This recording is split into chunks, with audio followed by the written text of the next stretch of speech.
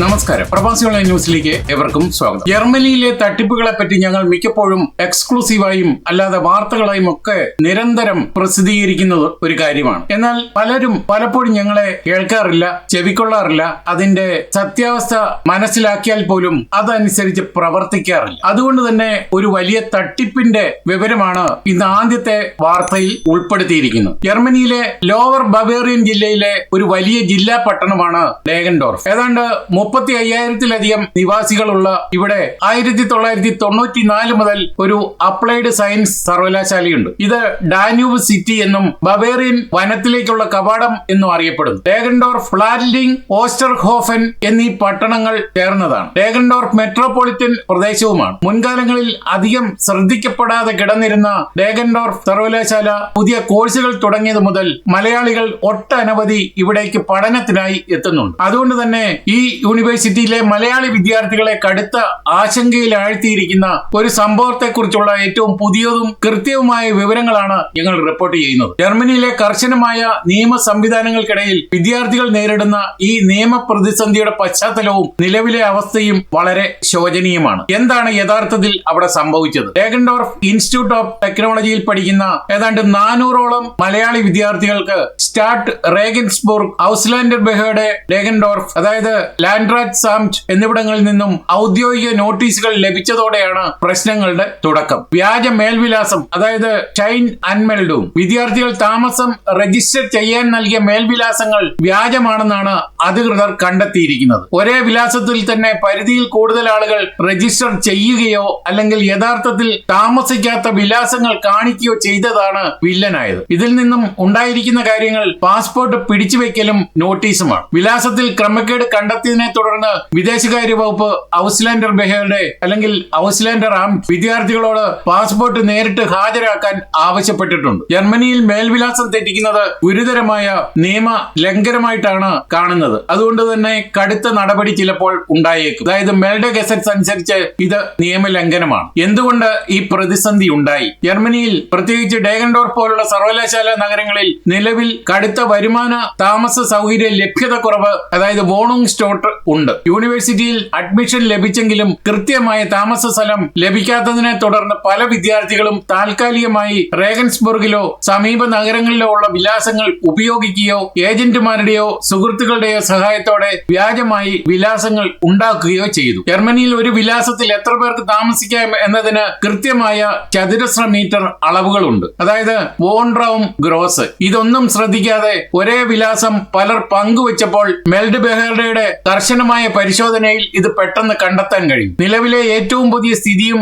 നിയമ നടപടികളെ പറ്റി പറയുമ്പോൾ ഇവരെ ഡീപ്പോർട്ടേഷൻ സാധ്യതയുണ്ടോ എന്ന് ചോദിക്കുന്ന പലരുമുണ്ട്. പ്രാഥമികമായി ഇതൊരു ഭരണപരമായ നിയമ ലംഘനമാണ്, അതായത് ഓർണൂങ്സ് വിർഡിഷ്കൈറ്റ്. എന്നാൽ വിസ നീട്ടുന്നതിനോ ആഫൻഡാൽ സ്റ്റീറ്റിൽ അല്ലെങ്കിൽ മറ്റ് തെറ്റായ വിവരങ്ങൾ ബോധപൂർവം നൽകിയതായി ഔസ്ലാൻഡർ ആംറ്റ് വിലയിരുത്തിയാൽ അത് വിസ റദ്ദാക്കുന്നതിലേക്കും നാടുകടത്തൽ അല്ലെങ്കിൽ ഡീപ്പോർട്ടേഷൻ നടപടികളിലേക്കും വഴിമാറാൻ സാധ്യതയുണ്ട്. അതുകൊണ്ടാണ് നിലവിൽ വിദ്യാർത്ഥികളുടെ പാസ്പോർട്ടുകൾ സറണ്ടർ ചെയ്യാൻ ആവശ്യപ്പെട്ടിരിക്കുന്നത്. ഇതിന് വക്കീൽ മുഖേന ഹാജരാകാനുള്ള നിർദ്ദേശവും നൽകിയിട്ടുണ്ട്. ഈ കേസ് ക്രിമിനൽ ചതി, അതായത് ബെത്രൂഗ് അല്ലെങ്കിൽ ഫെൽഷൂങ് എന്ന രീതിയിലേക്ക് മാറാതിരിക്കാൻ പല വിദ്യാർത്ഥികളോടും അഭിഭാഷകൻ അൻവാൾട്ട് മുഖേന മറുപടി നൽകാൻ നിർദ്ദേശിച്ചിട്ടുണ്ട്. വിദ്യാർത്ഥികൾ സ്വയം പോയി തെറ്റായ മറുപടികൾ നൽകിയാൽ കേസ് കൂടുതൽ സങ്കീർണമാകാൻ സാധ്യത ഉള്ളതിനാലാണ് ഇത്തരമൊരു നിർദ്ദേശം നൽകിയിരിക്കുന്നത്. ഇനി വിദ്യാർത്ഥികൾ ഇപ്പോൾ ചെയ്യേണ്ടത് എന്താണെന്ന് ചോദിച്ചാൽ, ഈ പ്രതിസന്ധിയിൽപ്പെട്ടിരിക്കുന്ന മലയാളി വിദ്യാർത്ഥികൾ അടിയന്തരമായി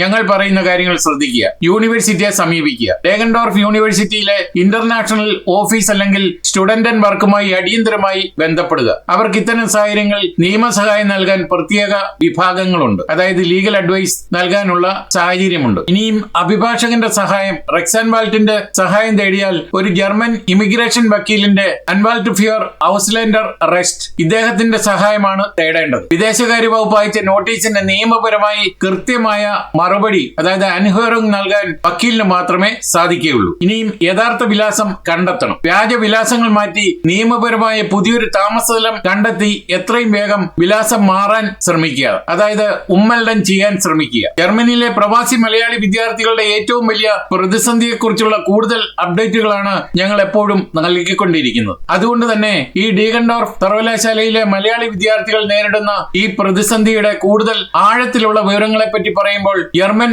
നിയമവ്യവസ്ഥയുമായി ബന്ധപ്പെട്ട നിർണായക വശങ്ങളുമാണ് ഇനി പറയുന്നത്. എന്തുകൊണ്ട് ഒരേ സമയം ഇത്രയധികം വിദ്യാർത്ഥികൾ കുടുങ്ങി? ജർമ്മനിയിലെ വിദേശകാര്യ വകുപ്പുകൾ ഔസ്ലാൻഡർ ബെഹേർഡുകൾ സാധാരണയായി വ്യക്തിഗത പരിശോധനകളാണ് നടത്താറുള്ളത്. എന്നാൽ ഇത്രയധികം വിദ്യാർത്ഥികൾ ഒന്നിച്ച് നോട്ടീസ് പരിധിയിൽ വരാൻ കാരണം തദ്ദേശീയ ഭരണകൂടങ്ങൾ നടത്തിയ ഡാറ്റ ക്രോസ് ചെക്കിംഗ് മുഖേനയാണ്. സിസ്റ്റം അലർട്ടുകൾ ഉണ്ടായി. റേഗൻസ്ബുർഗ്, ഡേഗൻഡോർഫ് മേഖലകളിലെ ചില പ്രത്യേക അപ്പാർട്ട്മെന്റുകളുടെ വിലാസത്തിൽ സാധാരണ പരിധിയിലും രജിസ്ട്രേഷൻ കൂടുതലായി ഉണ്ടായി. അതായത് 2 ഭവനങ്ങളുള്ള വിലാസത്തിൽ 40-ലധികം പേർ രജിസ്റ്റർ ചെയ്തതായിട്ടാണ് കണ്ടെത്തിയത്. ഇത് നഗരസഭകളുടെ സിസ്റ്റത്തിൽ വലിയ അലർട്ടുകൾക്ക് കാരണമായി. അത് മാത്രമല്ല, വ്യാജ സർട്ടിഫിക്കറ്റുകൾ, വോണുങ്സ്ഗേബർ ബെസ്റ്റേറ്റിയും ജർമ്മനിയിൽ വിലാസം രജിസ്റ്റർ ചെയ്യാൻ വീട്ടുടമസ്ഥൻ ഒപ്പിട്ട് നൽകുന്ന വോണുങ്സ്ഗേബർ ബെസ്റ്റേറ്റിയും എന്ന ഫോം അനിവാര്യമാണ്. ചില ഏജന്റുമാരോ ഇടനിലക്കാരോ വിദ്യാർത്ഥികളിൽ നിന്ന് വൻ തുക വാങ്ങി വ്യാജ ഒപ്പും വിവരങ്ങൾ നൽകി ഈ സർട്ടിഫിക്കറ്റ് ഉണ്ടാക്കി നൽകിയതായിട്ടാണ്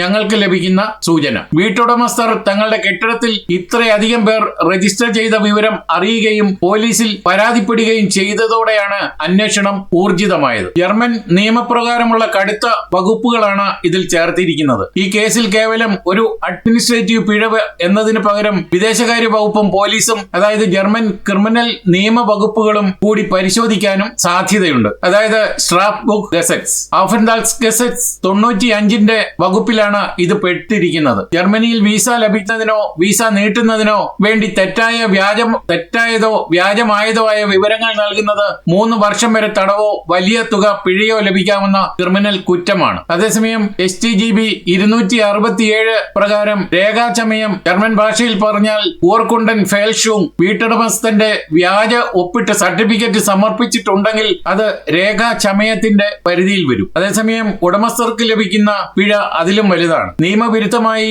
ഇത്തരത്തിൽ പണം വാങ്ങി വിലാസം നൽകിയ ഇടനിലക്കാർക്കോ ഉടമസ്ഥർക്കോ 50,000 യൂറോ വരെ പിഴ ചുമത്താൻ നിയമമുണ്ട്. അതുകൊണ്ട് തന്നെ അധികൃതർ ഇതിന്റെ പിന്നിലെ പ്രധാന കണ്ണികളെ കണ്ടെത്താനുള്ള ശ്രമത്തിലാണ്. ഇനി എന്തുകൊണ്ടാണ് വക്കീൽ നിർബന്ധമായും വേണമെന്ന് പറയുന്നത്? വിദ്യാർത്ഥികളോട് വക്കീൽ മുഖേന ഹാജരാകാൻ അധികൃതർ നിർദ്ദേശിച്ചതിന് പിന്നിൽ കൃത്യമായ കാരണമുണ്ട്. ആക്ടൻ ഐൻസിഷ്, ജർമ്മൻ നിയമപ്രകാരം കേസിന്റെ ഔദ്യോഗിക ഫയലുകൾ കാണാൻ ഒരു ലൈസൻസ് ഉള്ള അഭിഭാഷകന് മാത്രമേ അവകാശമുള്ളൂ. വിദേശകാര്യ വകുപ്പിന്റെ കൈവശം വിദ്യാർത്ഥികൾക്കെതിരെ എന്തൊക്കെ തെളിവുകൾ ഉണ്ടെന്ന് വക്കീലിന് മാത്രമേ കൃത്യമായി മനസ്സിലാക്കാൻ സാധിക്കുകയുള്ളൂ. ഇനി അത് മാത്രമല്ല, നിയമപരമായ മൊഴി അന്വേഷണവും വിദ്യാർത്ഥികൾ നേരിട്ട് പോയി സംസാരിക്കുമ്പോൾ ഭയം കാരണമോ ഭാഷാപരമായ ബുദ്ധിമുട്ടുകൾ കാരണമോ തെറ്റായ കാര്യങ്ങൾ സംബന്ധിച്ചാൽ അത് വിസ റദ്ദാക്കലിലേക്ക് നേരിട്ട് നയിക്കും. വക്കീൽ മുഖേന മറുപടി നൽകുമ്പോൾ വിദ്യാർത്ഥികൾ താമസ സൗകര്യം കിട്ടാഞ്ഞതുകൊണ്ട് അറിവില്ലായ്മയാൽ പറ്റിയ അമളി എന്ന രീതിയിൽ കേസ് ലഘൂകരിക്കാനും, അതായത് മിറ്റിഗേഷൻ വഴിയും സാധിച്ചേക്കും. ഇനിയും വിദ്യാർത്ഥികളുടെ ഭാവി എന്താണെന്ന് ചോദിച്ചാൽ ആശങ്കകളും അതിന്റെ യാഥാർത്ഥ്യങ്ങളുമാണ്. നാടുകടത്തൽ ഉണ്ടാവുമെന്ന് പറയുമ്പോൾ പെട്ടെന്നൊരു ദിവസം വിദ്യാർത്ഥികളെ നാട് കടത്തില്ല. അതിനു മുമ്പായി വിസ റദ്ദാക്കാനുള്ള നോട്ടീസും ഇതിനെതിരെ അപ്പീൽ നൽകാനുള്ള സമയവും ഇതിന് പറയുന്നത് ഔസ്വൈസും ഫെർഫാറൻ എന്നാണ്, നിയമപരമായി ലഭിക്കുകയും ചെയ്യും. ഇനി യൂണിവേഴ്സിറ്റി നടപടികൾ എന്താണെന്ന് ചോദിച്ചാൽ ക്രിമിനൽ കേസ് രജിസ്റ്റർ ചെയ്യപ്പെട്ടാൽ ചിലപ്പോൾ സർവകലാശാലകളിൽ നിന്നും വിദ്യാർത്ഥികളെ പുറത്താക്കാൻ എക്സ് മെട്രിക്കുലേഷൻ സാധ്യതയുണ്ട്. എന്നാൽ നിലവിൽ സർവകലാശാലകൾ വിദ്യാർത്ഥികൾക്ക് അനുകൂലമായ നിലപാടാണ് എപ്പോഴും സ്വീകരിച്ചു പോരുന്നത്. ഇനിയും പാസ്പോർട്ട് തിരികെ ലഭിക്കൽ അതെങ്ങനെയാണെന്ന് ചോദിച്ചാൽ ഐഡന്റിറ്റി പരിശോധനയ്ക്കും വിസ സ്റ്റാറ്റസ് താൽക്കാലികമായി മരവിപ്പിക്കുന്നതിനുമാണ് പാസ്പോർട്ട് വാങ്ങിവെക്കുന്നത്. താൽക്കാലികമായി അവർക്ക് ജർമ്മനിയിൽ തുടരാൻ അനുവാദമുള്ള ഫിക്സിയോൺസ് ബെഷൈനിയവും അല്ലെങ്കിൽ ഗ്രൻസ് യൂബർട്രിറ്റ് ബെഷൈനിയവും പോലുള്ള രേഖകൾ നൽകാനാണ് സാധ്യത. എന്തായാലും ഇനിയെങ്കിലും ഇത്തരത്തിലുള്ള വ്യാജ കേസുകളിൽ ഉൾപ്പെടാതിരിക്കുക. അതിന് ഒറ്റ വഴിയേ ഉള്ളൂ, പ്രവാസി ഓൺലൈൻ പിന്തുടരുക. ഇനി അടുത്ത വാർത്തയിലേക്ക് കടന്നാൽ, ജർമ്മനിയിലെ സെന്റ് തോമസ് സീറോ മലങ്കര കത്തോലിക്ക ബോൺ കൊളോൺ ഇടവക തിരുനാളും MCYM, MC, MF, MCA തുടങ്ങിയ ഭക്ത സംഘടനകളുടെ വാർഷികവും ജൂലൈ 5 ഞായറാഴ്ച ഉച്ചകഴിഞ്ഞ് 2 മണിക്ക് നടക്കും. പരിപാടിയോടനുബന്ധിച്ച് നിയുക്ത കോർ എപ്പിസ്കോപ്പ പദവിയിലേക്ക് ഉയർത്തപ്പെട്ട ജർമ്മനിയിലെ മലങ്കര സഭ കോർഡിനേറ്റർ ഫാദർ സന്തോഷ് തോമസ് കോയിക്കലിന് സ്വീകരണവും ഉണ്ടായിരിക്കും. ബോൺ വീനസ്ബർഗിലെ ഹൈലിഷ്കൈസ് പള്ളിയിലാണ് പരിപാടികൾ നടക്കുക. വിശുദ്ധ കുർബാനയിലേക്കും മറ്റു വിവിധ പരിപാടികളിലേക്കും ഏവരെയും ഹൃദയപൂർവ്വം ക്ഷണിക്കുന്നതായി റവറന്റ് ഡോക്ടർ ജോസഫ് ചേലംപറമ്പത്ത് അറിയിച്ചു.